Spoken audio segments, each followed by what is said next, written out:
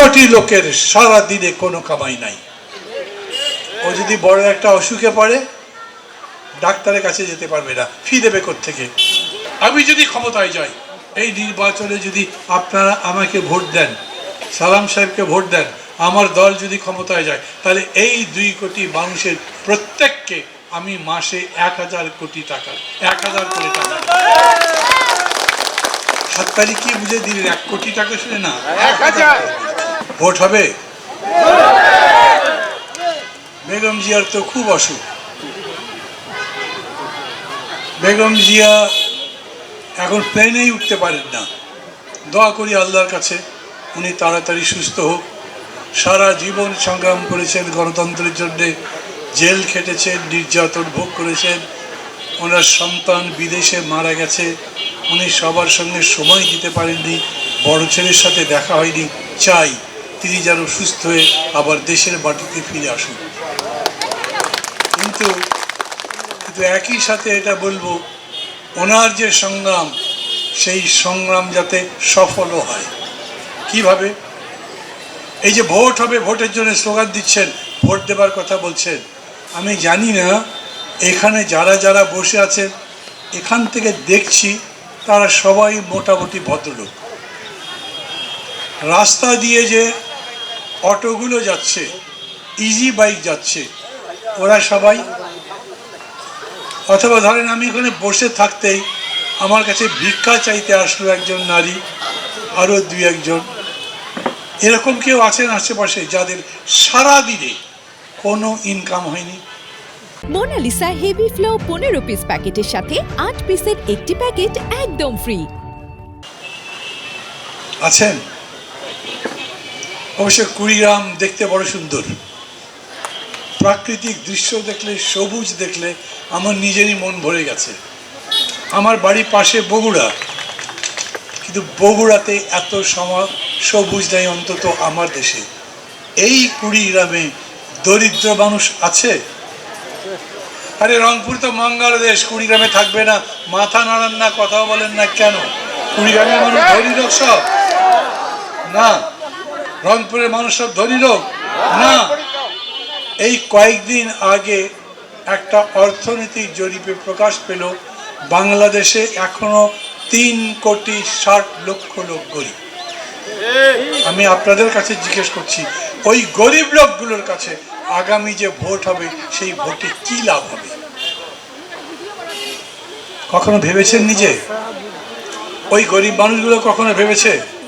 যাদের সারা দিনে কোনো ইনকাম নয়, নিঃস্ব, যার জমি জমা নাই, সেরকম মানুষ বাংলাদেশে কতগুলো? ওটার পরিসংখ্যান এখনো আমি পাইনি, কিন্তু প্রায় 2 কোটির মতো হবে। 2 কোটি লোকের সারা দিনে কোনো কামাই নাই। ও যদি বড় একটা অসুখে পড়ে ডাক্তারের কাছে যেতে পারবে না, ফি দেবে কোত্থেকে? যদি ডাক্তার বিনা পয়সায় তার প্রেসক্রিপশন লিখে দেয়, ও ওষুধ কিনতে পারবে না, কে তাকে বিনা পয়সায় ওষুধ দেবে? দেশে যে নির্বাচন হবে, ও যদি জিজ্ঞেস করে, ওই সব ভোটের বাক্সে লাথি মারি, ওই ভোট আমার দরকার নেই, কি বলবে? এই অবস্থায় কি চলবে আমাদের? খেয়াল করেন, আমাদের দেশ স্বাধীন যখন হয়েছে, তখন আমাদের দেশের জনসংখ্যা ছিল 7.5 কোটি। 52তে যখন ভাষা আন্দোলন হয়েছিল, তখন জনসংখ্যা 4 কোটি। এখন বাংলাদেশের মানুষ কত? 20 কোটির কাছাকাছি। 73-এ 71-এ 7.5 কোটি মানুষ, তার মধ্যেও দুর্ভিক্ষ হয়েছিল, 25,000 লোক মারা গিয়েছিল। মনে আছে আপনাদের? যাদের বয়স হয়েছে তারা জানে। কিন্তু আজ এতগুলো বছর পরে, প্রায় 50 বছর পরে, যেখানে 20 কোটি মানুষ, ওইখানে কিন্তু আর দুর্ভিক্ষ হচ্ছে না। তাহলে আমরা আমাদের অবস্থা বদলাতে পারি? 54,000 বর্গ মাইলের মধ্যে আগে যেখানে 1,10,000 টন চাল উৎপাদন হতো, এখন বাংলাদেশে 4.5 থেকে 6 লক্ষ টনের মতো চাল উৎপাদন হয়। দেশ তো বদলানো যায়। ভিয়েতনাম বদলেছে না? চীন বদলেছে না? বাংলাদেশ বদলাবে না কেন? বাংলাদেশে দারিদ্র এখনো আছে কেন? বাংলাদেশে গরিব এখনো আছে কেন? এই গরিবই দূর হতে পারে না। আচ্ছা, আমি আপনাদের একটা কথা বলি, আমি জানি না হাতে অত সময় পাবো কিনা, যতখানি বলতে পারি যেগুলো বলা দরকার।